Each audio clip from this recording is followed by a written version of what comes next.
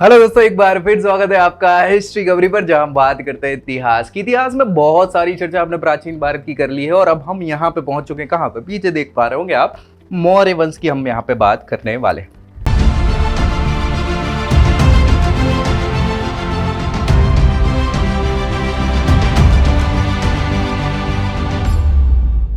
तो मौर्य के पहले मगध की हमने बहुत सारी बात कर ली, नंदों से लड़ाई भी करवा दी, घनानंद को मरवा भी दिया।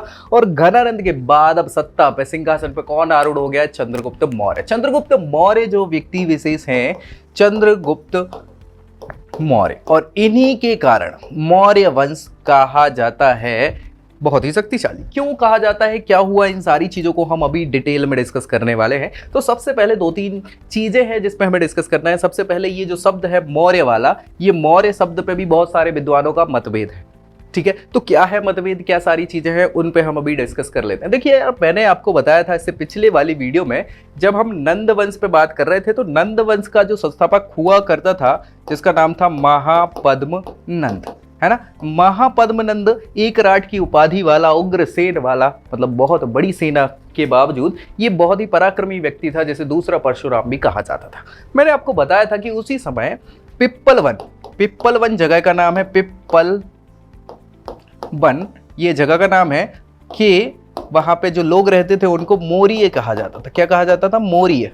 मौर्य ये गणतंत्र हुआ करता था, मौर्य गणतंत्र। वहां के जो राजा थे, महापद्मनंद ने उनको मार दिया था। उन राजा की जो पत्नी हुआ करती थी वो बच गई थी। वो अपने बच्चे को लेके भाग जाती है, वापस आ जाती है और वो अपने भाई के यहाँ रहने लग जाती है। ठीक है, लेकिन चूंकि लोक लाज और बाकी चीजों के चलते ये अपने बेटे को अलग अलग नाम मिलते हैं, अलग अलग कहानियां मिलती हैं कि वो अपने बच्चे को जंगल में छोड़ के चली जाती है। ठीक है, अब जंगल में चली जाती हैं, तो उस जंगल में जब बच्चा पड़ा था, तो उस समय कुछ अटैक करने वाले लोग नहीं, जानवर आए जंगल में। अब जानवर आए तो उसी समय एक बैल हुआ करता था, बैल का नाम चंद हुआ करता था। तो चंद नाम के बैल ने इनकी उससे रक्षा करी थी जानवरों से, इसलिए इनका चंद्रगुप्त नाम हो गया था।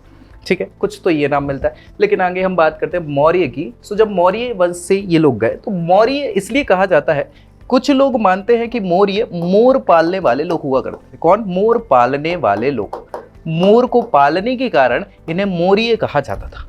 ठीक है, सो बहुत सारे लोगों में यहाँ मतभेद है विद्वानों में, बावजूद इसके ये मौर्य कहलाए। दूसरा एक और जो नाम बनता है इनकी माँ का, चंद्रगुप्त की माँ का नाम मुर्रा हुआ करता था। क्या नाम हुआ करता था? मुर्रा। मुर्रा के कारण मौर्य नाम पड़ गया। तो दो अलग अलग मान्यताएं मिल जाती हैं, हम उस पर से किसी पे भी नहीं जाएंगे क्योंकि ये तो पूछने का सब्जेक्ट है नहीं, लेकिन हाँ हमें पता जरूर होना चाहिए। सो मौर्य वंश स्टैब्लिश हो गया। अब मौर्य वंश का हमने देख लिया था, महापद्मनंद के समय से ही बिल्कुल बड़ा खराब माहौल चल रहा था, क्योंकि इन लोगों को खत्म कर दिया था, इन सारे लोगों को, मौर्य लोगों को, या पिप्पलवन के राजा को मार दिया था। तो वो पुरानी जो ग्रह दशा हुआ कर रही थी, उस हिसाब से सारी चीजें चल रही थी, जिसको फाइनली घनानंद को हरा के, मार के, चंद्रगुप्त ने गद्दी वापस से अब क्या कर ली? मगध की पाली। लेकिन अकेले तो नहीं पाई थी, वो गद्दी पाई थी किसके द्वारा? चाणक्य के द्वारा। चाणक्य का नाम आपने सुना होगा, है ना। चाणक्य इनके महामंत्री, प्रधानमंत्री, गुरु, शिक्षक सब यही हुआ करते थे, चाणक्य, जिनको विष्णुगुप्त भी कहा जाता है। क्या कहा जाता है? विष्णुगुप्त भी।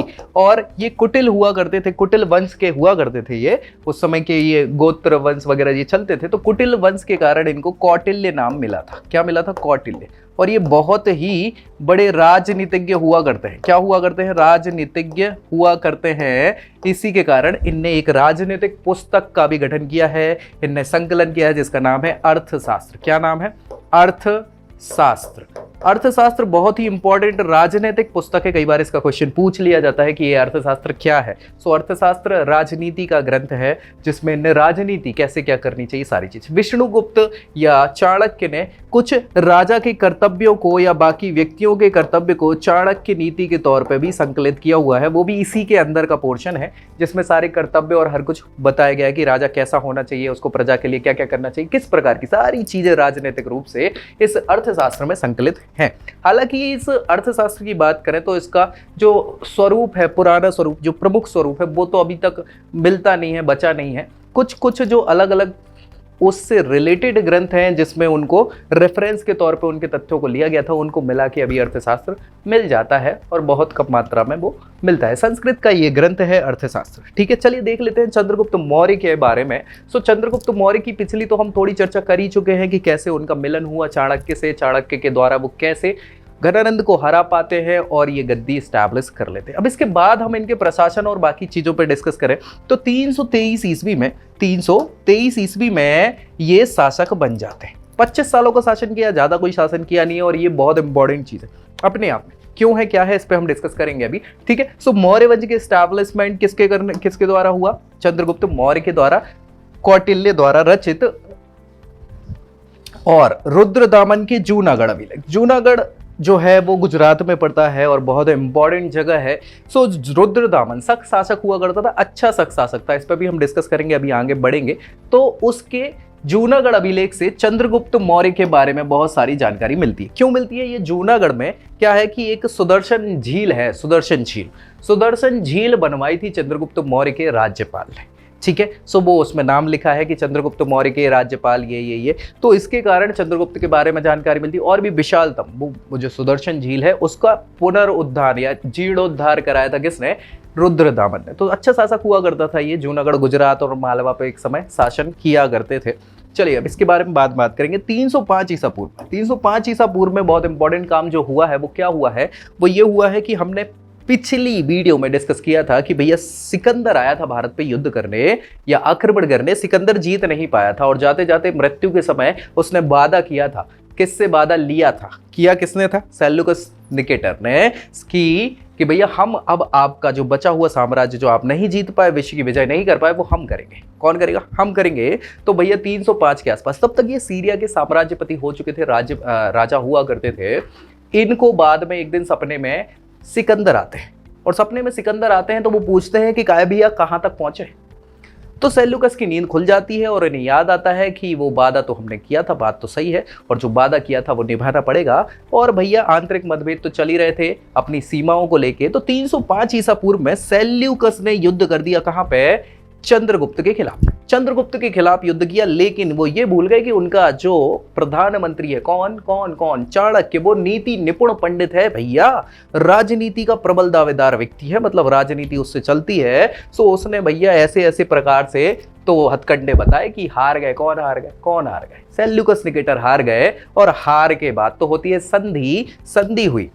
तो चाणक्य चूंकि पहला ऐसा व्यक्ति है इतिहास का, भारतीय इतिहास का, जो चाहता था कि एक संपूर्ण भारतवर्ष का निर्माण, संपूर्ण भारतवर्ष, एक राष्ट्र जिसमें केवल एक शासक हो, शासक इतना अच्छा हो कि भैया वो पूरी प्रजा को खुश रख पाए और प्रजा बड़ी खुश रहे, उसका बस इतना ही कंसर्न हुआ करता था। ठीक है, तो एक छत्र शासन की बात वो करता था, एक संपूर्ण भारत की बात वो करता था। अब समस्या ये थी कि चाणक्य समझदार व्यक्ति भी था, जिसके कारण सेल्यूकस को हरा दिया जाता है चंद्रगुप्त मौर्य के द्वारा। इनने दिमाग लगाया कि देख भाई इस व्यक्ति को हरा दिया, ये आज हार गया क्योंकि आज हम शक्तिशाली हैं, कल को हम कमजोर भी होंगे और इसके जो उत्तराधिकारी हैं वो शक्तिशाली हो सकते हैं, तो कल को फिर वो अटैक करेंगे। तो ऐसे तो एक संपूर्ण भारतवर्ष तो बन नहीं पाएगा, लड़ाई झगड़े चलते रहेंगे, कैसे क्या करोगे? तो भैया उसने दिमाग लगाया। किसने? चाणक्य ने। उनने बोला कि एक काम करो, लड़ाई हार तो गई है, ये संधि करते हैं। संधि मतलब दोस्ती कर लेते हैं। कैसी दोस्ती कर लेते हैं कि भैया अपन ये जो शत्रुता है ना, शत्रुता को व्यवहार में बदल लेते हैं, रिश्तेदारी में बदल लेते हैं। इनकी बेटी है, इनकी बेटी का नाम है हेलेना। क्या नाम है? हेलेना को कई जगहों पे कार्नेलिया के नाम से भी बताया गया है, कार्नेलिया। ठीक है, इनकी बेटी से शादी करवा देते हैं। कौन? चाणक्य कहते हैं कि भैया आपकी बेटी से, ताकि अब हमारे दामाद हो गए, ये आपके दामाद हो गए, आप हमारे समधी हो गए, तो उससे क्या होगा कि भाई अब आगे जाके आप लड़ाई झगड़े नहीं करोगे। तो हेलेना से शादी हुई। अच्छा मैं बता दूं आपको, भारतीय परिधान में जो नारी सबसे सुंदर लगती है ना, किसमें?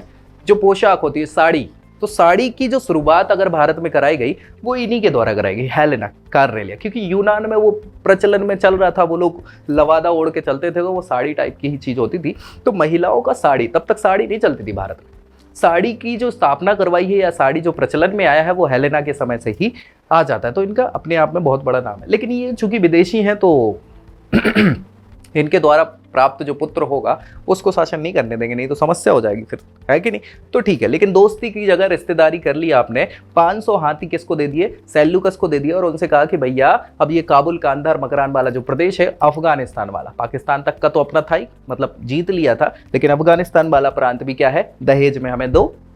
ठीक है, 500 हाथी तुम लोग, क्योंकि यूरोप में हाथी हुआ नहीं करते थे और हाथी देख के घबरा जाते थे ये लोग, तो 500 हाथी इनने व्यवहार स्वरूप उनको दिए कि भाई 500 हाथी और तुम आराम से घर जाओ, कोई समस्या नहीं है, बिना टेंशन के, अब लड़ने मत आना दोबारा। ठीक है, एक और चीज बच गई। बोले क्या, बोले राजदूत चाहिए हमको। उस समय मोटरसाइकिल राजदूत नहीं हुआ करती थी, उस समय राजदूत मतलब वो व्यक्ति हुआ करता था जो आपके जो राज्य है, राज्य को या आपके राजमहल को सुशोभित करता था, विद्वान व्यक्ति कहलाता था राजदूत। तो राजदूत मंगाया यूरान का, कौन हुआ करता था, मेगास्थनीज। क्या नाम था, मेगास्थनीज। मेगास्थनीज भैया बहुत इंपॉर्टेंट व्यक्ति है, ये राजदूत है। ठीक है, यूनानी राजदूत है भाई। इस व्यक्ति ने पूरे मगध साम्राज्य के बारे में बहुत अच्छे से विश्लेषण के तौर पर एक ग्रंथ में संकलन किया है। उस ग्रंथ का नाम क्या है, इंडिका। क्या नाम है, इंडिका। इंडिका।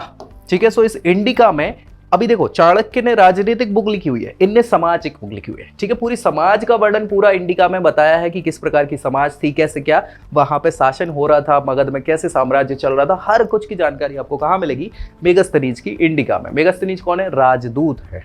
ठीक है, कहां से, ये यूनानी राजदूत है। किसने भेजा था इसको, सेल्यूकस निकेटर ने भेजा था। कोई दिक्कत परेशानी, ये चीज समझ में आ गई। अच्छा, अगेन क्या हुआ कि चंद्रगुप्त मौर्य फिर आगे जाके जैन धर्म को मानने लग जाते हैं। किसको मानने लग जाते हैं, जैन धर्म को मानने लग जाते हैं। अब जैन धर्म को मानने लग जाते हैं तो जैन धर्म में क्या होता है कि भैया थोड़े से उनके रूल्स एंड रेगुलेशन थोड़े से टफ हैं, कठिन हैं। ठीक है, सो वो उन कठिन रूल्स एंड रेगुलेशन को मानते हैं। और उस समय 312 के आसपास, 312 ईस्वी में क्या होता है कि मगध में या उत्तर भारत में बहुत बड़ा भयंकर अकाल पड़ता है।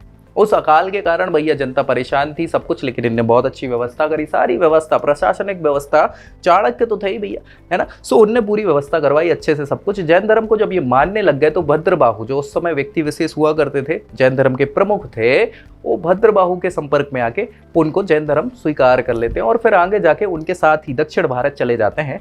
ठीक है, सो 298 बीसी में, 298 ईसा पूर्व में दक्षिण भारत में ये कर्नाटक चले जाते हैं। कर्नाटक, कर्नाटक जगह का नाम है, आज भी आपने देखा होगा स्टेट है।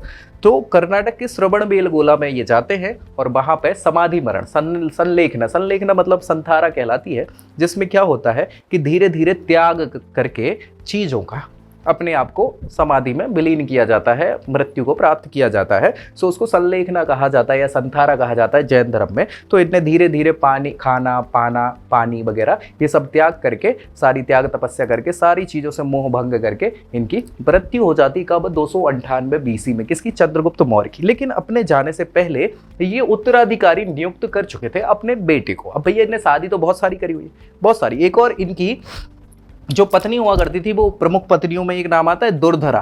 क्या नाम है, दुर्धरा। ये दुर्धरा जो थी, ये इनकी प्रमुख पत्नियों में से एक थी, जो बहुत फेवरेट थी इनकी, मतलब समझ रहे। तो बहुत फेवरेट पत्नी होने के कारण क्या हो रहा था कि ऐसा कहा जाता है, मैं पूरी कहानी बता दे रहा हूँ, है ना। कहानी इसलिए इंपॉर्टेंट है कि कहानी से ही तो कनेक्ट होती हैं चीज़ें। दुर्धरा जो है ये इनकी प्रमुख पत्नियों में से एक थी, और वो जब प्रेग्नेंट थी तो होता क्या था कि देखो यार, जैसे ही चंद्रगुप्त मौर्य राजा बना ना, चाणक्य के सहयोग से बना। चाणक्य बहुत दिमागदार व्यक्ति हुआ करते।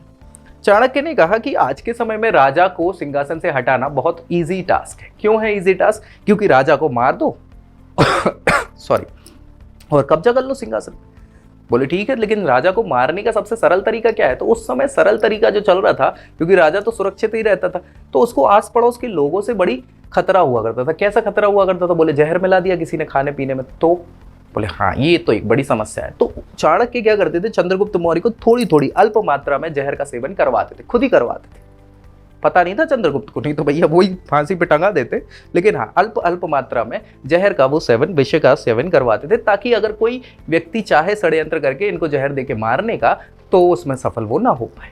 समझ रहे हो। सो इसी कंडीशन में क्या हुआ कि जब दुर्धरा प्रेग्नेंट थी, अब प्रेग्नेंट होती हैं तो भाई एक दिन वो बुलाते हैं अपने राजमहल में। महल अलग अलग हुआ करते थे, तो राजमहल में बुलाया। अच्छा, वो किसी काम में व्यस्त हो गए थे, तो चाणक्य ने क्या है कि दूध का गिलास रखा हुआ था चंद्रगुप्त मौर्य के लिए। चंद्रगुप्त मौर्य तो थे नहीं, दुर्धरा पहुंच जाती हैं, वो देखती हैं कि भैया देखो यार कितने अच्छे हैं हमारे पतिदेव राजा, जिनने हमारी व्यवस्था करी हुई है बकायदा, मतलब दूध वगैरह भी रखा हुआ है। सो वो उठाती है और दूध वो पी लेती है। वो दूध था किसका? वो चंद्रगुप्त मौर्य के लिए था, उसमें विष मिला हुआ था, और ये घटक देती है। अब घटक लेती हैं तो भैया वो विष फैल जाता है शरीर में, फिर अचानक से इनको वैद्य के पास पहुंचाना पड़ता है। और उसी परिस्थिति में क्या है, कठिन परिस्थिति में ये तो नहीं बच पाती दुर्धरा, लेकिन इनके बच्चे को बचा लिया जाता है। लेकिन बच्चे को बचाने से पहले होता यह है कि शरीर में विष फैल गया था, तो उस बच्चे में भी कुछ जहर के कारण उस बच्चे में धब्बे धब्बे धब्बे धब्बे बिंदु बिंदु बिंदु बिंदु आ जाती है। तो कहानी का सार क्या? बिंदुसार। इनके बेटे का नाम बिंदुसार, और धब्बे धब्बे होने के कारण उसका नाम क्या रख दिया? बिंदुसार। और वही अगला शासक बनेगा कब? 298 बीसी में। 298 बीसी में कौन बनेगा शासक? बिंदुसार बनेगा शासक। किसका? मौर्य वंश का। कोई दिक्कत परेशानी किसी को भी? आगे बढ़े चलिए। सो भैया चंद्रगुप्त मौर्य के बाद यहाँ पे चंद्रगुप्त मौर्य की ये सारी चीजें हम पढ़ ही चुके हैं यार। देखो देख लो, मेगस्थनीज ने मौर्य दरवाज में और इंडिका लिखी, जूनागढ़ में सुदर्शन झील का निर्माण करवाया। इनने नहीं करवाया था, इनके राज्यपाल ने करवाया था। 298 में 42 वर्ष की आयु में चंद्रगुप्त ने सिंहासन त्याग दिया और भद्रबाहु जैन साधु हुआ करते थे, उनके साथ श्रवणबेलगोला जो कर्नाटक में है वहां चले गए, और जैन परंपरा के अनुसार इनने मृत्यु को प्राप्त करा संलेखना के द्वारा। बात खत्म। ठीक है, चलिए अगला शासक कौन है? इनका उत्तराधिकारी होगा बिंदुसार, जिसकी हम चर्चा कर ही चुके हैं। कहानी हमें समझ में आई गई है कि बिंदुसार नाम क्यों रखा, कुछ और नाम भी तो रख सकते थे, है ना। लेकिन वो सारे ऐसे ही था कि भैया वो जहर के कारण उसके शरीर पे धब्बे धब्बे धब्बे हो गए थे, बिंदु बिंदु बिंदु बिंदु बिंदुसार। ठीक है, सो बिंदुसार 298 से 273 ईसा पूर्व तक का इनका शासन है। इन्होंने भी 25 साल ही शासन किया भैया, रटने की जरूरत है ही नहीं। चंद्रगुप्त मौर्य ने 25 साल शासन किया, ये भी 25 साल ही शासन करेंगे। ठीक है, सो भैया बिंदुसार। अब बिंदुसार की माँ का नाम हमने बता ही दिया था कि क्या नाम है? दुर्धरा नाम है। जैन साहित्य में उसे सिंहसेन के नाम से भी जाना जाता है, जैन साहित्य में। क्योंकि देखो यार, जैन धर्म कौन माना? इनके पिताजी जैन धर्म माना। ठीक है, सो जैन धर्मों में चंद्रगुप्त का बहुत नाम है धर्म ग्रंथ में। अब सिंहसेन के नाम से उसको जाना जाता है। यूनानी साहित्य में बिंदुसार को अमितोचेट्स भी कहा गया है। अमितोचेट्स मतलब शत्रु संहारक, अमित घात जिसको कहा जाता है हिंदी में, वो होता है इसका मतलब शत्रुओं के विनाश करने वाला। और बहुत ही भयंकर व्यक्ति था, मतलब भयंकर इन द सेंस कि हाँ पराक्रमी व्यक्ति था, शौर्यशील व्यक्ति था। ठीक है, सो भैया इनने बिंदुसार ने क्या करा? देखो यार, इनके पिताजी के दरबार में यूनानी राजदूत हुआ करता था। इनने भी बोला कि भैया हमें भी यूनानी राजदूत चाहिए, ऐसे तो चलेगा नहीं। सो इनने यूनानी राजदूत डाइमेकस को बुलाया, और डाइमेकस इनके दरबार में आया। ठीक है, डाइमेकस ये पूछ लिया जाता है। और इसके अलावा इनके संपर्क जो थे उस समय मिस्र के राजा से भी थे, जो टॉलमी हुआ करते थे, फिलाडेल्फस उनका नाम था। सो उनने अपने राजदूत डायोनीसियस, ये डाइमेकस अलग है जो यूनानी राजदूत है, और मिस्र के राजदूत भी आए थे डायोनीसियस। ठीक है, वो राजा कौन थे? Ptolemy Philadelphus. इनने क्या है बताया था कि ये भैया बिंदुसार को बहुत सारी चीजें पसंद थी, जिनमें से ये मिस्र से बहुत सारी चीजें मंगाते थे। जैसे कि क्या क्या मंगाते थे तो मैं आपको बता दूंगा, क्या क्या बता देता हूँ। जैसे कि इनने सूखे मेवे हुआ करते हैं, क्या? सूखे मेवे, अंजीर, है ना, और मदिरा भी इन्होंने मंगवाई है, ऐसा बताया गया है उसमें। ठीक है, कि ये भैया मंगा देते थे वहां से सारी चीजें। कहां से? मिस्र से मंगाते थे। तो बड़े ही भोगबलासी व्यक्ति थे ये, लेकिन पराक्रमी थे, इसलिए चल गया, है ना, चल गया। चलिए, बिंदुसार कौन से धर्म को मान रहा है? तो बिंदुसार आजीवक संप्रदाय को मान रहा है। आजीवक संप्रदाय एक बहुत इंपॉर्टेंट है। इनके पिताजी जैन धर्म को मानेंगे, इनका बेटा जो है बौद्ध धर्म को मानेगा, और बौद्ध धर्म को प्रचार दुनिया भर में कर देगा, तभी तो वो बौद्ध धर्म दुनिया भर का धर्म हो गया है। तो भैया जैन धर्म का और बौद्ध धर्म का बीच में एक आजीवक संप्रदाय, आजीवक संप्रदाय को मानने वाले कौन थे? बिंदुसार थे, इसीलिए पूछ भी लिया जाता है। ठीक है, क्योंकि आजीवक संप्रदाय बहुत कम चला है, फिर भी इन्होंने उसको माना। और वो आजीवक संप्रदाय जो चलाया वो है मोखलीपुत्र गोसाल। मोखलीपुत्र गोसाल, इसकी चर्चा हम वो धार्मिक आंदोलन में, धर्म सुधार आंदोलन में कर चुके हैं ऑलरेडी। तो आपको लगे तो वो धर्म सुधार आंदोलन वाली वीडियो प्लेलिस्ट में पड़ी, उसको देख लीजिएगा। ठीक है, चलिए बिंदुसार के बाद हम बात करें अशोक की। हुआ कुछ ऐसा, देखो यार कहानी मैं आपको थोड़ी सी पहले ही बता देता हूं ताकि आपको थोड़ा समझ में आ जाए चीजें। बिंदुसार व्यक्ति अच्छा था, सारी चीजें थी। बिंदुसार ने लगभग 500 शादियां करी थी। कितनी? 500 शादी। कम होती है क्या? 500 तो तुम्हारे मतलब रिलेटिव्स ना होंगे आज के समय में। 500 तो अकेले उसकी बीवियां थी।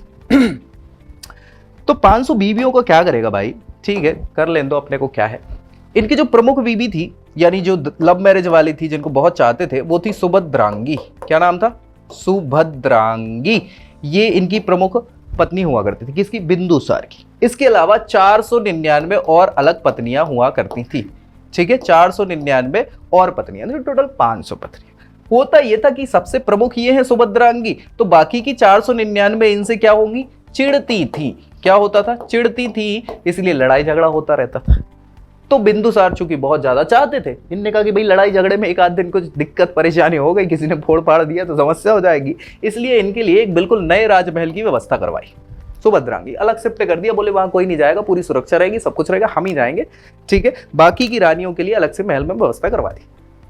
अब सोचो भैया, इतनी सारी रानियां हैं तो बच्चे भी तो होंगे, ऑब्वियस सी बात है। तो सुभद्रांगी से 2 बच्चे हुए। कितने? 2 बच्चे। और बाकी की 499 रानियों से मात्र 99 बच्चे हुए। कितने?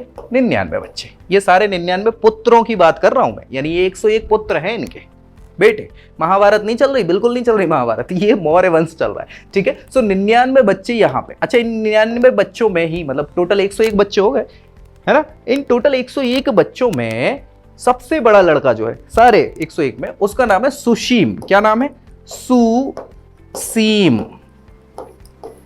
जो इन 499 में से 99 में से सबसे बड़ा बच्चा है, और वैसे भी। और यहाँ पे जो 2 बच्चे हैं, उसमें जो बड़ा बच्चा है उसका नाम है क्या? अशोक। और एक दूसरे बच्चे का नाम है बेतल शोक। क्या नाम है? बेतल शोक।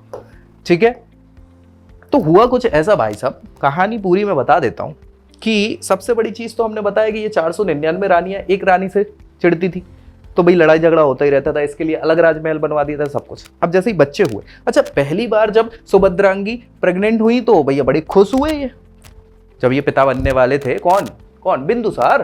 ठीक है भाई, बिंदुसार की बात कर रहा हूं मैं पूरी। तो बिंदुसार भैया बड़े खुश हुए। अब ये जाते हैं, बच्चे की डिलीवरी जब हो रही थी तब वो गए उन्हें देखने, और देखे तो भैया बस थोड़ी देर में आवाज आई कि बधाई हो, पिताजी बन गए, पुत्र की प्राप्ति हुई है। तो इतने तो बढ़िया नगर में डिंडोरा पिटवाया, सब कुछ बढ़िया है, और खूब पैसे बांटे, खूब मतलब भव्य आगमन हुआ किसका? अशोक का। अच्छा, हुआ कुछ ऐसा कि जब ये देखने पहुंचे अशोक को, तो उसको हाथ में उठाया तो ये बच्चा कुरूप था। कुरूप है ना, काला नहीं था, कुरूप था। काला और कुरूप में बहुत अंतर होता है, याद रखना। कुरूप मतलब ऐसा कि जैसे, चूंकि अब देखो यार, बिंदुसार का मैंने बताया था आपको कि बिंदुसार को जहर कहीं ना कहीं लग चुका था, जहर के कारण उनका शरीर भी बहुत अच्छा तो था नहीं, बावजूद इसके क्या हुआ कि भैया वो असर अशोक पे भी पड़ेगा, बिल्कुल पड़ता ही है। तो वो कुरूप हुए, मतलब जैसे सॉफ्ट सॉफ्ट बॉडी नहीं होती बच्चों की, वैसी सॉफ्ट नहीं थी, हार्ड हार्ड बॉडी थी। तो भैया इनको यार भले इतना खूब चाहते हो, उससे फर्क क्या पड़ता है, लड़का तो अच्छा निकला ही नहीं। तो ये उस दिन से भैया अशोक को देखना ही बंद कर दिया, बोले ये लड़का मेरा है ही नहीं, मैं नहीं मानता इसको अपना लड़का।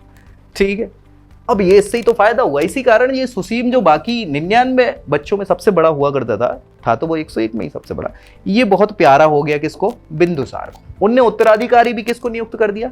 सुसीम को ही, कि अगला उत्तराधिकारी सुसीम ही बनेगा। अच्छा, दूसरी चीज, ये 99 बच्चे लड़ते थे इन 2 बच्चों से, खूब कुटाई लड़ाई झगड़ा हो रहा है। तो सोचो 2 बच्चे जो है वो लड़ रहे हैं 99 बच्चों से।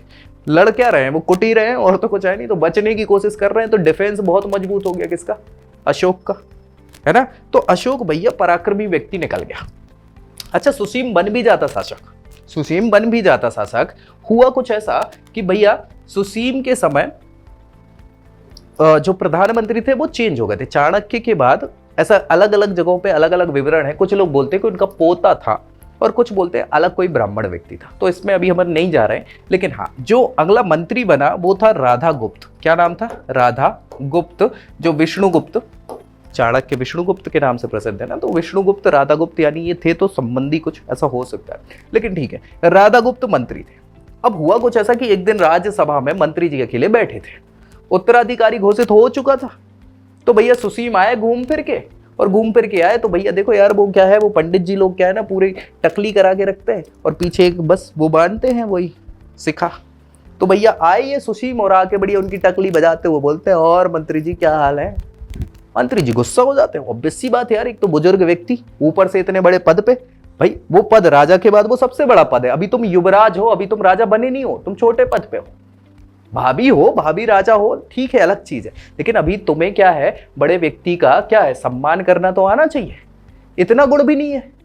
तो राधा गुप्त गुस्सा हो जाते हैं कि भैया ये व्यक्ति में गुण नहीं है राजा वाले, ये व्यक्ति राजा बन गया ना तो ये सर्वनाश ही करवाएगा अपने वंश का, और कोई फायदा नहीं है, तो इस व्यक्ति को तो कोई मतलब नहीं है राजा बनाने का। अब सोचो वो व्यक्ति, जैसे भैया चाणक्य ने एक ऐसे व्यक्ति को राजा बना दिया था जो तो राजा परिवार से भली हुआ करता था, लेकिन तब तो उसके पास कुछ व्यवस्था नहीं थी।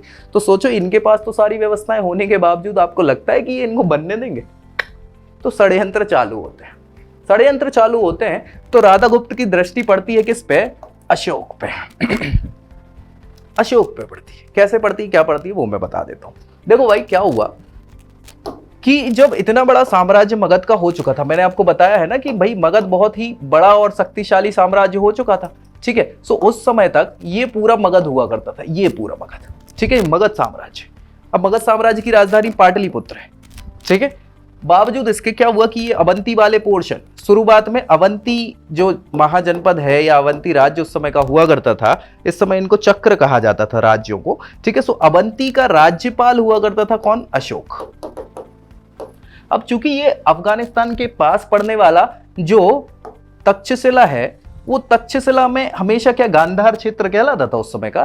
तक्षशिला में हमेशा क्या था कि विद्रोह हुआ करता था। क्यों हुआ करता था विद्रोह? क्योंकि ये कुछ समय तक वो विदेशियों के कब्जे में रहा था, तो यूनानी लोग वहां पे रहने लग गए थे और इसके कारण वो मतभेद होते थे, तो ये लोग विद्रोह कर देते थे। कौन? तक्षशिला वाले। तो भैया पहली बार विद्रोह हुआ, अवंती का राज्यपाल अशोक है, पिताजी यहां बैठे बिंदुसार,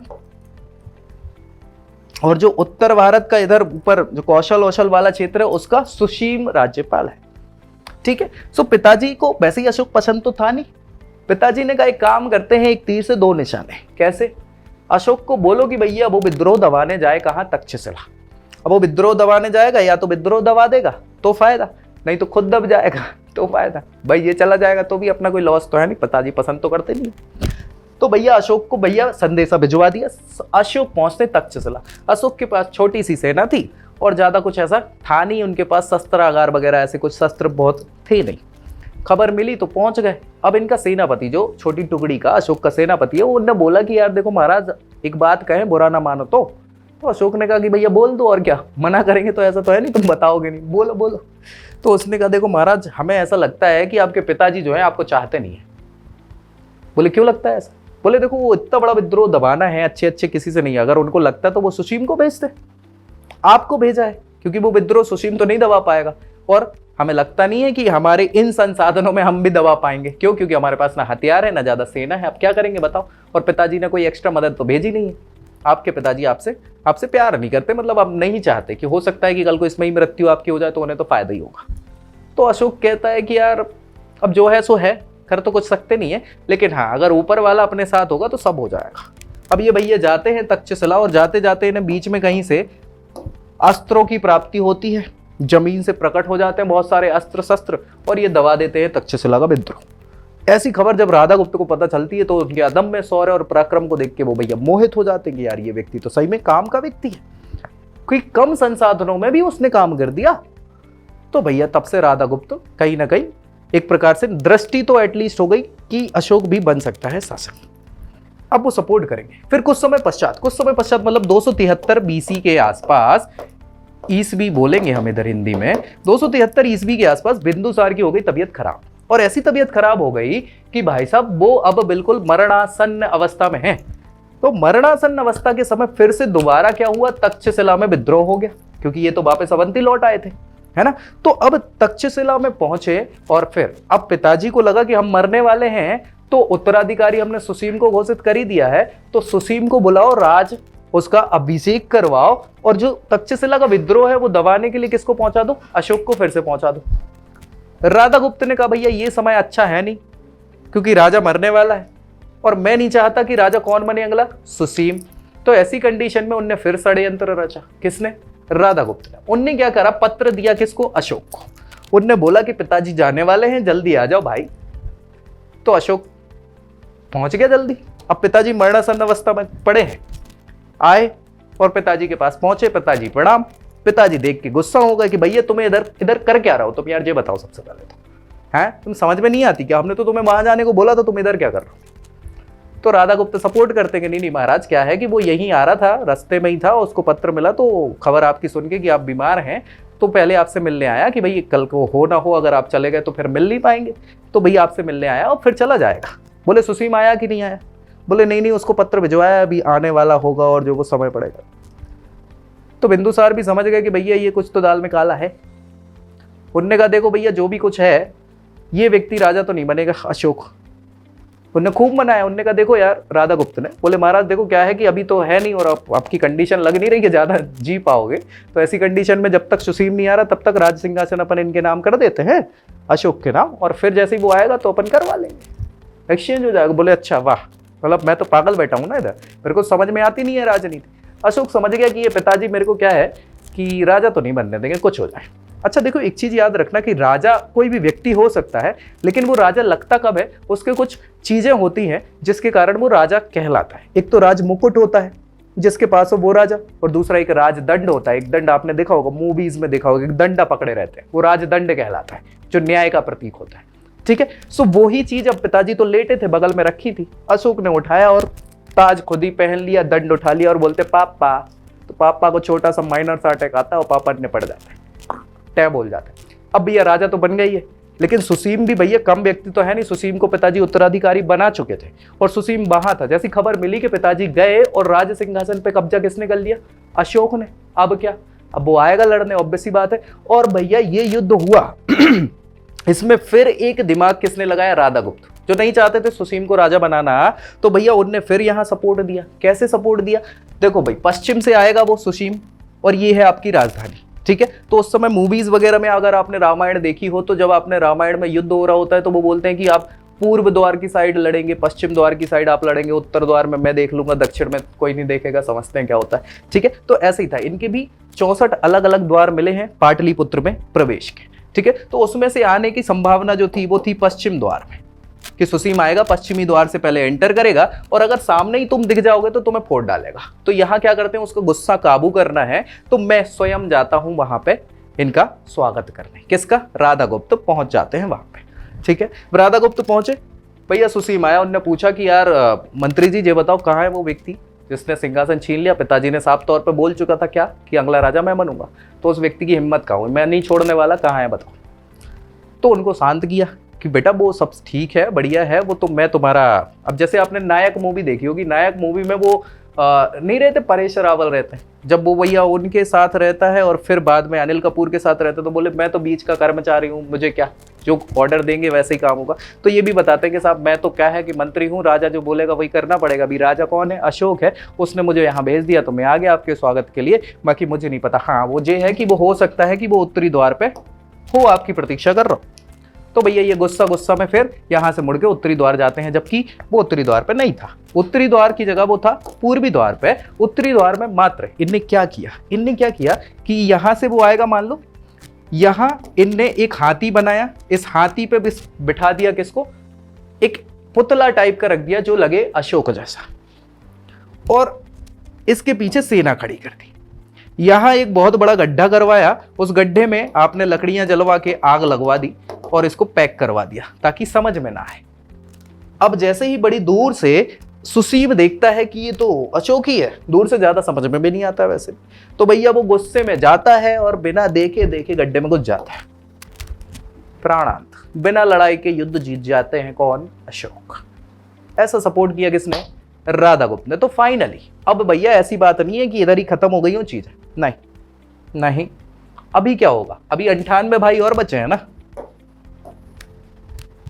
ठीक है, देखो ये सारा कांड हो गया 273 में, लेकिन आप पढ़ेंगे अशोक का जब शासनकाल होता है तो अशोक का शासनकाल 269 ईसा पूर्व में स्टार्ट होता है। मतलब इन 4 सालों तक क्या हो रहा था?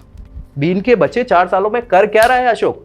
तो भैया 98 और भाई हैं जिनको मारने का काम कौन करेगा? अशोक ने अपने भाइयों को मारा। अब यहां फिर विद्वानों का अलग अलग मतभेद है। कुछ कहते हैं भाई साहब कि 100 लोग हैं राजे। अब 100 में से सब तो इतने बड़े होंगे नहीं कि भाई पहले, चलो मान लो शुरुआती 1 2 3 4 5 6 7 8 9 10 भाई हैं, सबसे ऊपर वाला बोलेगा कि मैं राजा बन सकता हूं क्योंकि मैं तो सबसे बड़ा हूं। चलो वो एक्सपायर हो गया तो इसको लग सकता है कि मैं बन सकता हूं, या 10 लोगों को लग सकता है, लेकिन बाकी की जो गिनती है उन्हें थोड़ी लगेगा वो तो समझेंगे कि चलो कहीं का छोटा मोटा राज्य मिल जाएगा तो ही सही और सारा। तो यहाँ कुछ विद्वान बोलते हैं कि इनने बाकी के 98 भाइयों को भी मारा इन 4 सालों में, और कुछ बोलते हैं कि नहीं, बहुत सारे भाई जो है उन्हें शासन करना ही नहीं था, सब नहीं था। कुछ कुछ अभिलेखों में उनके नाम भी मिलते हैं भाइयों के, बाकी भाइयों के, तो सबको नहीं मारा। जो भी रहा हो मुद्दा, उस पर अपन को जाना नहीं है क्योंकि उससे फर्क तो अपना कुछ पड़ नहीं रहा है। बावजूद इसके 269 ईसा पूर्व में फाइनली राज सिंहासन पे बिना किसी विरोध के, निर्विरोध ये शासक बन जाते हैं। कौन? अशोक। अब अशोक ही है वो महान व्यक्ति। देख लो भैया, ये अशोक जो है वो चंड अशोक कहलाता है, क्योंकि देख लो भाइयों को फोड़ डाला, अपने पिताजी को फोड़ डाला, तो भाई साहब उस व्यक्ति में कहीं से किसी का डर है, किसी का कुछ है, उसको अपनी पड़ी है।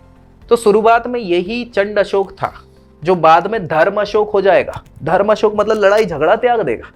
तो इसीलिए इसको क्या बोला जाता है भाई, एक महान सम्राट क्यों बोल दिया जाता है कि ये व्यक्ति, अभी तो कम है, अभी और बताऊंगा, रुक जाओ, सारी चीजों को हम डिस्कस करेंगे। ये कहानी समझ में आ गई, बेसिक सा कॉन्सेप्ट समझ में आ गया। चलिए आगे बढ़ते हैं। अशोक पे हम यहाँ दृष्टिपात कर लेते हैं। 269 ईसा पूर्व में इनको राजगद्दी मिलती है और 232 ईसा पूर्व तक ये शासन करते हैं। 232 में ये एक्सपायर हो जाएंगे। ठीक है, क्या हुआ, कैसा हुआ? माँ का नाम हमें पता है, सुभद्रांगी था। कई जगहों पे धर्मा नाम भी मिलता है।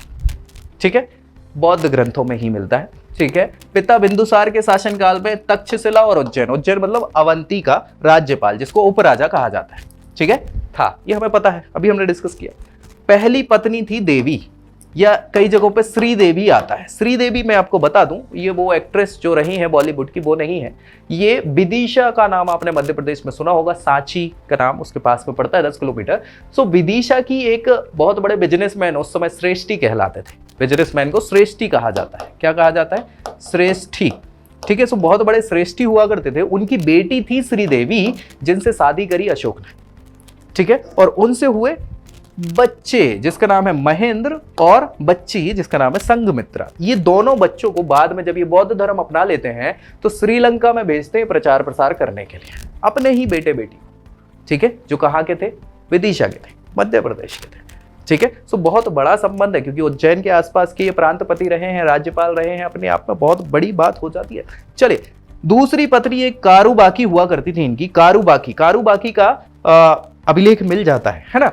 अशोक का एकमात्र पुत्र हुआ करता था तीवर, जो किससे? कारूबाकी से हुआ करता था, तीवर। क्योंकि ये महेंद्र और संघमित्रा, जो महेंद्र पुत्र है वो तो भैया बौद्ध दीक्षा धारण कर लेगा, बेटी भी कर लेगी। तो अगला जो कारूबाकी का पुत्र है तीवर, उसका नाम मिलता है उस कारूबाकी वाले अभिलेख में। ठीक है, और जिसका जन्म कारूबाकी से ही हुआ था वो तो हमें समझ में आ गया। रानी का अभिलेख, रानी का अभिलेख भी इस कारूबाकी के अभिलेख को कहा जाता है, उसी में ये तीवर का नाम मिल जाता है। अब भैया क्या हुआ? कलिंग विजय, ये बहुत इंपॉर्टेंट चीज है। क्यों है एक बहुत इंपॉर्टेंट चीज जिसपे हम डिस्कस करने वाले हैं? देखो भाई साहब, क्या हुआ कि उस समय की अगर हम बात करें, अशोक के समय की, मौर्य काल की, सो ये है भारत। और इस भारत में उस समय तक इनने शासन जो अपना फैला चुका था, वो फैला चुका था कहां तक? वो फैला चुका था पूरा इस जगह पे। ठीक है, ये पूरा मगध साम्राज्य, मतलब थोड़ा और इधर का ले लो तो ये मगध साम्राज्य। अब कलिंग, कलिंग समझ रहे हो? उस समय का कलिंग है ये वाला हिस्सा, जिसको आज हम उड़ीसा के नाम से जानते हैं, कलिंग। ठीक है, सो कलिंग पे ही क्यों अटैक किया? ऐसा तो है नहीं कि इनने अकेले किया, नहीं, इनके दादाजी चंद्रगुप्त मौर्य ने भी कलिंग पे अटैक किया था। याद रखना, ये बहुत कम जगहों पे मिलता है, लेकिन हाँ, चंद्रगुप्त मौर्य ने भी कलिंग को जीतने की कोशिश करी थी, जो नहीं जीत पाए थे। इनके पिताजी बिंदुसार ने भी कोशिश करी कलिंग को जीतने की, जो नहीं जीत पाए थे। तो भैया पापा का, दादा का, सबका बदला लेगा रे तेरा अशोक। और अशोक को भी कलिंग विजय करनी थी, तो उसने करी और कलिंग को जीत लिया। पहला ऐसा व्यक्ति है मौर्य वंश का जिसने कलिंग को जीत लिया। कब जीता? अपने शासनकाल। इनका शासनकाल स्टार्ट होता है 269 बीसी में या ईसा पूर्व में। उसके 8 वर्ष के बाद, यानी कि 261 ईसा पूर्व में इन्होंने कलिंग की विजय करी। कलिंग की विजय करी। क्वेश्चन ये आता है कि भाई साहब कलिंग की विजय कर क्यों रहे हो? आपके दादा ने करा, आपके पिताजी ने करा, कोशिश करी, ठीक है, लेकिन जीत नहीं पाए। तो क्या जरूरत है आपको कलिंग जीतने की? क्या जरूरत है? क्या जरूरत है? कुछ जरूरत है क्या? है। क्यों है जरूरत? क्योंकि राजा हो और राजा का काम ही साम्राज्य विस्तारित करना है, युद्ध लड़ना है, युद्ध लड़के जीतना है, जीत के आपको साम्राज्य विस्तारित करना है, यही काम है। अब पूरा उत्तर भारत आप जीत चुके हो, बचा क्या है भाई? क्या बचा है? उधर जाना नहीं है, इधर जगह नहीं है, बंगाल की खाड़ी है, तो कहाँ बचा है? नीचे बचा है ना। दक्षिण भारत भी तो जीतना है। तो दक्षिण भारत जीतना है तो अगर आपने थोड़ा सा भूगोल पढ़ा हो तो इस उत्तर भारत और दक्षिण भारत को बांटने वाले दो पर्वत हैं जिनको पर्वतमाला कहते हैं। एक तो आपने नाम सुना होगा विंध्य पर्वतमाला, विंध्य पर्वतमाला, और एक का नाम सुना होगा सतपुड़ा पर्वतमाला। ठीक है, सतपुड़ा पर्वतमाला जो भैया यहीं कहीं से ऐसी गुजरती है। तो आप बड़ी बड़ी सेनाएं ले जाके ले तो जाओगे, लेकिन क्या हाथी हाथी वो पहाड़ पर्वत पे सब पे चढ़ा पाओगे? नहीं चढ़ा पाओगे। जगह है? नहीं है। तो या तो क्या करोगे, गुजरात के थ्रू फिर आप ऐसे नीचे निकलोगे अरावली क्रॉस करके, ठीक है, या फिर क्या है, एक ऑप्शन है कि कलिंग, उस समय जो उड़ीसा है, उड़ीसा से भी रास्ता जाता है सीधा साउथ के लिए, आंध्रा होते हुए कर्नाटक और ये सारी चीज। तो आपको क्या करना पड़ेगा? ऑप्शन ही नहीं, आपको कलिंग जीतना पड़ेगा। कलिंग हालांकि जंगलों के लिए प्रसिद्ध है, वहां जनजातियां रहा करती थी उस समय, और हाथियों के लिए भी प्रसिद्ध है। ठीक है, सो इनके पिताजी और दादाजी क्यों नहीं जीत पाए थे कलिंग? इसके पीछे का सीधा साधा जो उद्देश्य है या जो जानकारी है वो ये है कि ये दोनों लोग जो है वो नियम प्लस कायदे कानून से लड़ रहे थे। नियम प्लस कायदे कानून से क्या मतलब है इसका? नियम कायदे कानून का आपने वो महाभारत या रामायण देखी होगी कि भैया लड़ाई जो है युद्ध के नियम के अनुसार सुबह सूर्य उदय से सूर्य अस्त तक ही लड़ाई करी जाती है, रात को नहीं करी जाती है लड़ाई। सो इन लोग ऐसे ही कर रहे थे, लेकिन जंगल के जंगली लोग हैं, जंगली लोगों को अपना घर बहुत अच्छे से पता है। वो क्या करते थे? दिन भर छुप जाते थे, रात को निकलते थे और सेना की सेना खत्म कर देते थे। तो अब जो सेना है उसको जंगल के बारे में थोड़ी पता है। तो ऐसी कंडीशन के कारण ये लोग नहीं जीत पाए कलिंग को। लेकिन अशोक भैया आदमी खराब था, है ना, उसने फिर ना कायदे ना कानून, बोले जैसे लोग वैसे ही हम, है ना। वही बात है ना, वो एक डायलॉग है क्या, आज से शराफत का किस्सा ही खत्म, अब जैसी दुनिया वैसे हम, है ना। सो ये दुनिया कैसी थी? ये दुनिया पीतल की थी, पीतल की नहीं थी, आदिवासियों की दुनिया थी, जंगलों वाले जंगली लोगों की दुनिया थी। इनने भी जंगली पना करा, लाखों लोगों को मार डाला, महिलाओं को, बच्चों को, सबको मार डाला। कैसे मार डाला? मसाले जलवाई, आग लगवा दी जंगल में, और रात के रात जा रहे हैं, जो मिल रहा है सबको फोड़ रहे हैं, ना बच्चे को, ना महिला को, ना बड़े को, किसी को नहीं देखा और फोड़ डाला। राजा तो खुद लड़ता नहीं है, क्योंकि राजा तो राजे से लड़ता है, और राजा कोई है ही नहीं। जनजाति में कोई राजा होता है क्या? मुखिया होता है, मुखिया थोड़ी लड़ेगा। तो भैया ये तो बढ़िया बैठे अपने तंबू में और बस रोज की रिपोर्ट पूछ लेते थे कि हाँ भैया बताओ क्या हुआ आज।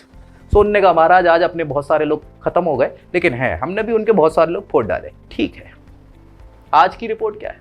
बोले आज हमने 5000 लोग उनके मार डाले, 2000 हमारे मरे। अच्छा, तो ऐसी कर करके महीने भर बाद खबर आती है कि महाराज ये है सिर आखिरी व्यक्ति का, और भैया आज हमने जीत लिया है कलिंग को। अशोक खुश, बहुत अच्छी बात है, बढ़िया है। चलो सुबह देखा तो भैया जहां देखो वहां लाशें पड़ी हैं, महिलाओं की, बच्चों की, इतनी। अब इन्हें देख के बड़ी गुस्सा आ गई कि साला इतने सारे लोग और मैंने एक को भी नहीं मारा, नाम तो मेरा बदनाम हो गया। और अचानक से इनने कहा यार कि अगर ऐसी जीत चाहिए तो फिर जीत किसी काम की नहीं। लाखों लोगों को मार के अगर हमें जीत मिल रही है तो वो जीत किसी काम की नहीं है। राजा का मतलब है प्रजा का पालन पोषण करना ना। हमने उस प्रजा को ही मार डाला जीत के लिए केवल। तो जो आत्मग्लानी होती है ना अंदर से, जो कई बार नहीं आता लोगों को कुछ गलत कर देने के बाद कि यार मैंने कितना गलत कर दिया, आप क्या करेंगे, तो वो जो आत्मग्लानी आई उस व्यक्ति के अंदर से, उसी को कहा जाता है हृदय परिवर्तन। कि यार ये युद्ध से फायदा नहीं है, अब नहीं लड़ूंगा मैं युद्ध। बेचारे जबरदस्ती के, महिलाओं को, क्योंकि उसने नहीं मारा, सेना ने मारा है, महिलाओं को, बच्चों को, सबको मार डाला। तो उसको ये लगा कि इनकी क्या गलती थी, महिलाओं की क्या गलती थी, बच्चों की क्या गलती थी। अब ऐसी कंडीशन में हृदय परिवर्तन हुआ और उसने कहा आज से लड़ाई बंद, और लड़ाई बंद कर दी तो भैया यहां से थोड़ा सा धार्मिक माहौल चालू होगा। और वही चंड अशोक, जो चंडी के समान रूप वाला व्यक्ति हुआ करता था कि छोड़ता ही नहीं था किसी को, वो धर्म अशोक में परिवर्तित हो गया, धर्म ध्यान करना चालू कर दिया, लड़ाई झगड़ा छोड़ दिया। कब? इस युद्ध के बाद। इसीलिए इस कलिंग की विजय की बहुत इंपॉर्टेंस है अशोक के काल में, क्योंकि इसी के बाद वो व्यक्ति का धर्म या हृदय परिवर्तन हो गया। अब यहां अलग अलग विद्वानों का भी कुछ और मानना है, और 2-3 कहानी सुना देता हूं, बाकी आपके ऊपर डिपेंड करता है कि क्या इसी घटना से धर्म परिवर्तन हुआ या कुछ और चीजें। तो बौद्ध धार्मिक ग्रंथों में कुछ चीजें और बताई जाती हैं ये तो प्रमुख बताई ही जाती है, लेकिन इसमें कुछ और चीजों को मिला दिया जाता है। कैसे मिला दिया जाता है मैं आपको बता देता हूं कि क्या हुआ भाई साहब। कि एक बार की बात है, क्योंकि ये कुरूप हुआ करते थे अशोक। अब कुरूप हुआ करते थे तो राजमहल में गए तो जितनी भी दासियां थीं और बाकी के जो काम करने वाली हुआ करती थी महिलाएं, वो इनको देख के भाग जाती थी, डरती थी।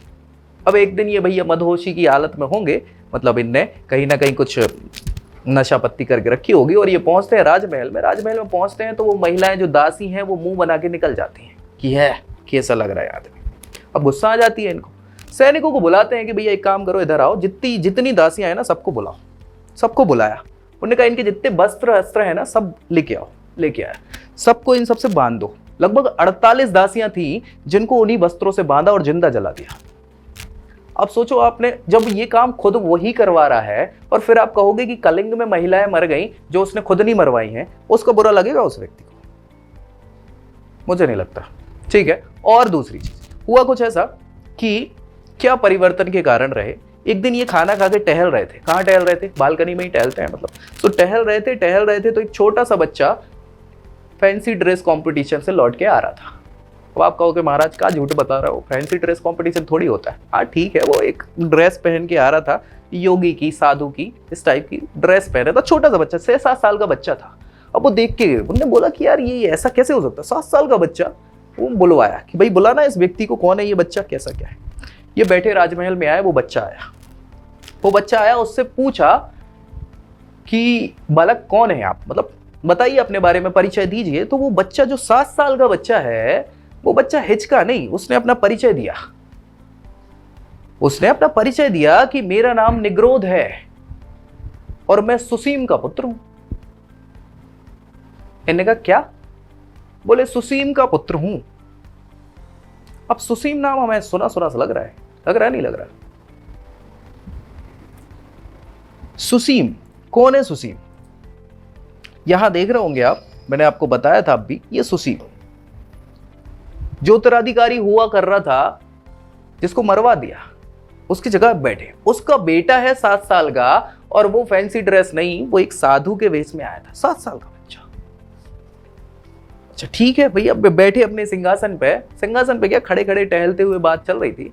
तो उन्होंने कहा ठीक है, एक काम करिए, आप बैठिए आराम से, जहां आप चाहे उच्च स्थान ग्रहण करिए। अब चूंकि वो ब्राह्मण व्यक्ति है या फिर उस प्रकार से संत व्यक्ति है, तो उन्होंने कहा जैसा आपको स्थान, आपके हिसाब से जो भी हो, उसको आप विराजिए उस पर। भैया वो जाता है, इनके बगल से निकल के इनके सिंहासन पर बैठ जाता है। अब बैठ जाता है तो ये बड़ी समस्या का विषय है कि यार वो 7 साल का बच्चा, उसको ना डर है कि हमने पिताजी को फोड़ा था, तेरे को तो क्या उठा के पटाखी दूंगा इधर ही, तू फूट जाएगा, तो वो डर भी नहीं है। और ना ही कोई गुस्सा है कि तुमने मेरे पिताजी को मारा, मैं तुमसे बदला लूंगा। तो ऐसा कैसे हो सकता है? ये 7 साल का बच्चा, जबकि मुझे गुस्सा आ जाती है और सारी चीजें हो जाती, मैं तो बड़ा व्यक्ति हूं, कैसे हो सकता है ये? फिर इनने अपने मंत्री को बुलाया, और इनका मंत्री आया। इनने कहा भैया इस संत की बाकायदा जो भी किया जाता हो इनके लिए सारा सुशोभित करें, इनको जो भिक्षा इच्छा सारी चीजें हैं दान दक्षिणा देके रवाना करिए। तो बाकायदा इनको दान दक्षिणा देके रवाना किया। अब अगले दिन इनके दिमाग में ये विषय चलता रहा कि आखिर ये हो कैसे सकता है। भाई एक छोटा सा बच्चा जिसको पता है कि मैंने ही मारा है उसके पिता को, वो अगला उत्तराधिकारी हो सकता था वो बच्चा, लेकिन ना उसको गुस्सा है, ना डर है, ना भय है, कुछ नहीं है, वो जा रहा है मोह माया छोड़। इनने एक मंत्री से पूछा जो बौद्ध धर्म को मानने वाले व्यक्ति थे, उनसे पूछा कि भाई ये एक व्यक्ति आया था भिक्षुक के भेष में, बच्चा था छोटा सा, और शायद सुसीम का ही बेटा था जिसको हमने मारा था। ना ही उसको डर है, ना ही उसको फिक्र है, और वो मेरे सामने बिल्कुल निडर खड़ा था। मैं चाहता तो उसके प्राण तुरंत ले सकता था, लेकिन मुझ में हिम्मत नहीं रही उसको मारने की, क्योंकि वो क्या। तो ऐसा कैसे हो सकता है कि कोई बच्चा, ऐसा कैसे हो सकता है, मैं नहीं रह पाता हूँ? तो उन्होंने बताया कि भैया बौद्ध धर्म का भिक्षु होगा, और बौद्ध धर्म में मोह माया त्याग कर दी जाती है, उसे कोई फर्क नहीं पड़ता कि कौन है सुसीम और कौन क्या है। अब वो एक भिक्षु है, अब उसे परिवार से कोई मतलब नहीं है, उसको अपने आत्म ध्यान से मतलब। बोले क्या बात करो, सच में ऐसा हो सकता है किसी धर्म के लोग? बोले हाँ बिल्कुल हो सकता है। तब उनने मिलवाया बौद्ध बड़े जो संत हुआ करते थे उस समय के, मोगली पुत्र तिष्य को। कई जगहों पे मोखली पुत्र तिष्य लिखा होता है, मोखली पुत्र तिष्य। ये उस समय के बौद्ध धर्म के जाने माने मुखिया हुआ करते थे, हेड हुआ करते थे, मोखली पुत्र तिष्य। उनसे जब मिलाया तो ये उनसे प्रभावित हो गए अशोक, और आगे जाके धीरे धीरे बौद्ध धर्म को मानने लग जाते हैं। फाइनली 10 साल बाद मतलब कलिंग के 10 साल बाद 251 बीसी में, तब तक तो भैया ये बौद्ध धर्म को बहुत ही तन मन धन से मान चुके थे। सो 251 ईसा पूर्व में तीसरी बौद्ध संगीति ये करवाते हैं। तीसरी बौद्ध संगीति यही करवाते हैं। कहां पे करवाएंगे? पाटलिपुत्र में, जो इनकी राजधानी है। और पाटलिपुत्र में हेड किसको बनाएंगे? इन्हीं मोकलीपुत्र तिष्य को। सारी चीज तो ये परिवर्तन अचानक से जो आया, धार्मिक परिवर्तन, उसके बाद तो ये मान के चलिए कि अशोक ने बौद्ध धर्म का जो प्रचार किया, जैसे मैंने बताया कि अपनी जो पत्नी इनकी जो थी श्रेष्ठी की पुत्री श्रीदेवी, उनके लड़के लड़की महेंद्र और संघमित्रा को श्रीलंका भेज दिया। उस समय सिलोन कहा जाता था श्रीलंका को, तो सिलोन में धर्म प्रचार किया। तो आज आप देखेंगे कि सबसे ज्यादा जो कम्युनिटी है श्रीलंका में वो बौद्ध धर्म को मानने वाली है। इसके अलावा इनने और प्रचार के लिए पूर्व में भेजा। देखो यार, आपको 2-3 चीजें और क्लियर कर दूं कि भाई कोई भी धर्म प्रचार है, कोई भी धर्म प्रचार, ठीक है, अब इधर जगह तो है नहीं, ठीक है, ये वाला जो क्षेत्र है आपका, यही क्षेत्र है, ठीक है। इस क्षेत्र के बाद उत्तर में जाओगे आप, यहां पे, यहां इनने पूरा पूर्व में इनने पूरा विस्तार करवाया। यहां पे ये श्रीलंका है तो यहां भी विस्तार कराया, और पूरा बौद्ध धर्म जो फैला। देखो, बौद्ध धर्म को दुनिया का धर्म बनाने का पूरा श्रेय किसको जाता है? अशोक को। इसलिए गौतम बुद्ध के बाद अगला व्यक्ति अगर किसी की इज्जत बौद्ध धर्म में है तो वो अशोक है, वो अशोक है। और अशोक की बहुत सारी कहानियां भी हैं। दिव्य बदान, अशोक बदान में बहुत सारी अलग अलग कहानियां मिलती हैं। जो बौद्ध धार्मिक ग्रंथ हैं उसके अनुसार गौतम बुद्ध के समय जब गौतम बुद्ध हुआ करते थे, भाई गौतम बुद्ध तो 563 बीसी में हुआ कर रहे थे ना। उसके बाद जब उन्होंने दीक्षा धारण करी 29 साल की अवस्था में, ठीक है, तो बस जब भिक्षुक बन के एक दिन क्या है वो भिक्षा मांगने निकल रहे थे, तभी ये अशोक का पूर्व जन्म की बात चल रही है। भाई अशोक तो अभी कब हुआ? हम बात कर रहे हैं उसकी 269 के आसपास वो राजा बना है, यानी इस समय की, यानी 300 साल पहले की बात करें तो जब उसका पूर्व जन्म में कहीं वो उस समय, जब गौतम बुद्ध के समय गौतम बुद्ध भिक्षा मांगने जा रहे थे। अब वो छोटा सा बच्चा था, वो खेल रहा था तो उसके दिमाग में आया कि भैया ये कौन है, भिक्षा मांगने कोई भिक्षुक जा रहे थे। वो थे गौतम बुद्ध। अब गौतम बुद्ध थे तो वो खेल रहा था, मिट्टी में ही खेल रहा था। उसने पूछा कि भाई ये कौन है? ये बोले ये भिक्षुक है और भिक्षुक को दान दिया जाता है। अब वो छोटा सा बच्चा है, उसको समझ में तो कुछ आया नहीं। उसने मिट्टी उठाई और वो गए और गौतम बुद्ध के जो पात्र था उसमें मिट्टी डाल दी। बोले साधु जी ये हमारी तरफ से भिक्षा। गौतम बुद्ध ये देख रहे हैं कि वो बच्चा है, भले मिट्टी डाल दी उसने, लेकिन उसकी इच्छा पवित्र है। तब जाके पता नहीं क्या कैसा है, वो उनको आशीर्वाद देते हैं कि तू आगे जाके छत्रपति बनेगा। छत्रपति मतलब चक्रवर्ती बनेगा, ठीक है। सो ये इस भाव में इतने लंबे समय के बाद अशोक के नाम से जन्म लेते हैं और ये चक्रवर्ती सम्राट बनते हैं। ऐसा बदान, दिव्य बदान में जो है वो वर्णन मिलता है बौद्ध धर्म से रिलेटेड। लेकिन ठीक है, आगे फिर इन्होंने 84,000 स्तूपों का निर्माण कराया पूरे अपने इस टेरिटरी में। साथ ही साथ 84,000 ही अभिलेख भी इन्होंने खुदवाए। अभिलेख मतलब ये डायरेक्ट ही जनता से क्या करते थे? डायरेक्टली बात करते थे, खुद से बात नहीं करते थे। भाई राजा महाराजा सीधे जनता के सामने इनने आदेश पत्र दिया, उसको अभिलेख बोलते हैं। जो भी काम इनने धार्मिक विचारों को मान्यता देना चालू करी, जिनमें ये 84,000 अभिलेख तो बचे नहीं है, अलग अलग प्रकार के अभिलेख होते हैं। मैंने एक बार आपको बताया था, आप चाहें तो वो जो हमने अभिलेखों वाली चर्चा करी है शुरुआत में, जो साहित्यों की बात करी, उसमें आपको बता दें तो एक होता है स्तंभ लेख। क्या होता है? स्तंभ लेख। एक होता है गुहा लेख और एक होता है ताम्र लेख, ठीक है। तांबे पे जो लेख मिलता है उसको ताम्र लेख कहते हैं। गुफाओं के अंदर जो लेख मिलते हैं गुहा लेख कहलाते हैं। स्तंभ लेख जो स्तंभ बनाए हुए हैं वो, ठीक है। सो 14 बड़े बड़े अभिलेख मिले हैं इनके, 14 बड़े अभिलेख मिले हैं और 7 छोटे यानी स्तंभ लेख मिले हैं। किसके? अभी आज के समय में ये सारे जो है म्यूजियम में रखे हुए हैं। क्या है, कैसा है, सारे अभिलेखों में कौन कौन से वर्णन मिले हैं, जिसमें 13वें अभिलेख में, 13वें शिलालेख में वर्णन मिलता है। ये एक स्तंभ लेख के अलावा एक शिलालेख होता है ना, शिलालेख।